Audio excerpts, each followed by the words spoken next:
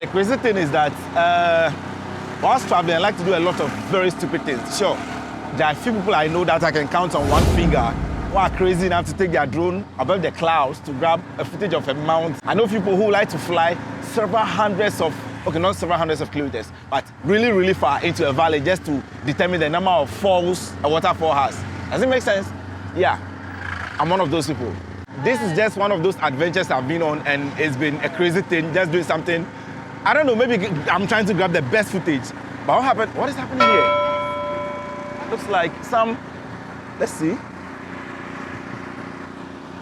Okay, don't ask me, because I have no idea what is happening over there, but it looks like something fun today. Anyway, so it's just one of my adventures. You know, I was on this tour with, some other guys with Bernard Avle and a whole lot. We were on this boat cruise, and I wanted to do something really, really sweet. Look, I wanted the very best of the very best. We got there, and there were two boats. The very big one for fun, and then the small one for the media team.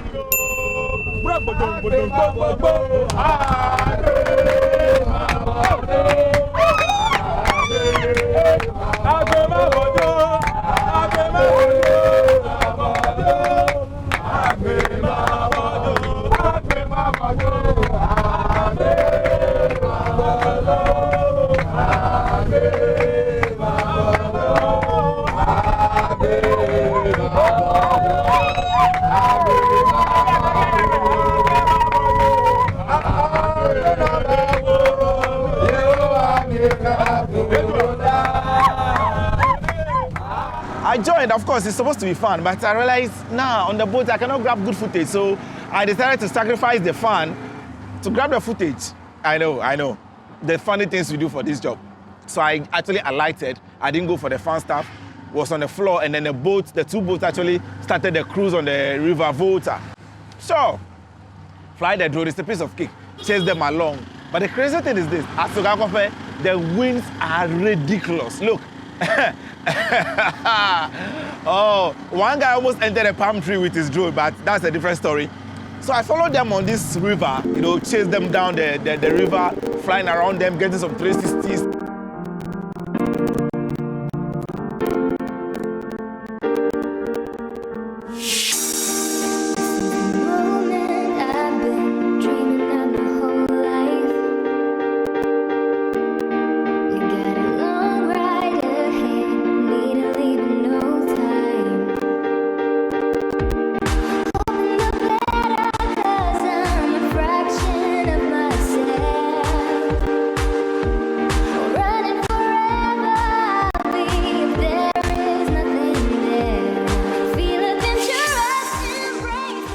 It was cool.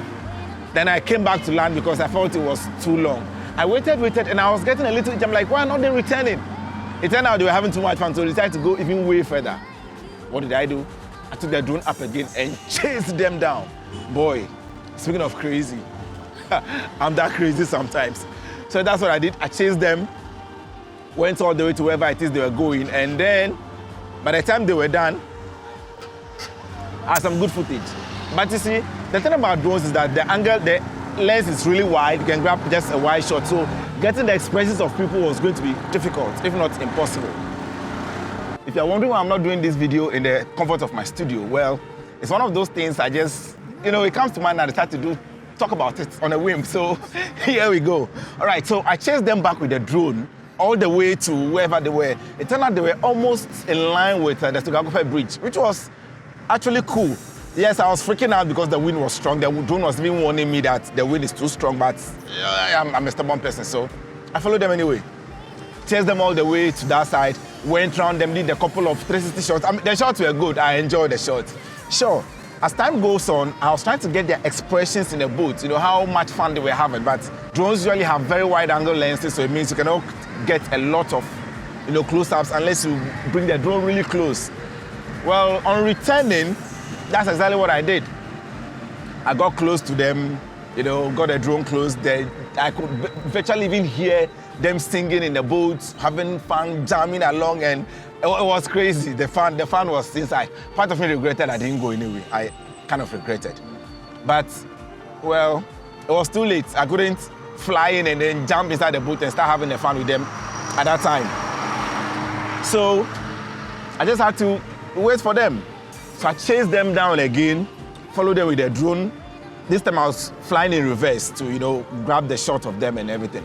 So I was coming in reverse and I realized, Charlie, let me get close, get some experience, because I can see with my naked eyes how much fun they were having. So let's bring the drone close. Sure, I did. Mind you, once you get to flying over water is that you have to turn off the sensors on the drone, which, number one, is dangerous because now you're on your own. If you are crashing into anything, you have no protection. And then what happens too is that the sensors below the drone goes off, so the water surface doesn't confuse the drone. Again, a little technical there. So I did that. And then once I was flying backwards, I actually didn't consider the speed of the boat too much. So I should have gotten the drone close enough and then be flying at the same speed as the boat, okay, so that there will be good distance. But then I got a little too carried away. So I was flying backwards and then the boat was this close. It was virtually inches away. In the footage, you realize that it was really, really close. So close. It was close. It was really, really close. And it would have been a big disaster because it's not like the drone is falling to the floor and then I'll pick it up. Number one, it's hitting the boat, initial impact.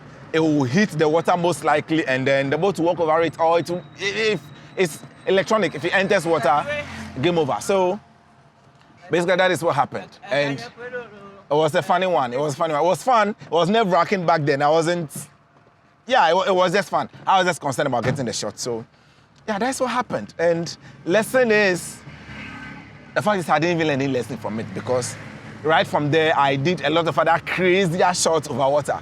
I don't know what it is with me and water, but yeah, it was cool. It was cool. It was a good experience, and I just wanted to share that with you. So, hey, Visit Volta. It's double V for Visit Volta. Krella Franklin here again. I'll see you when I see you. Sema.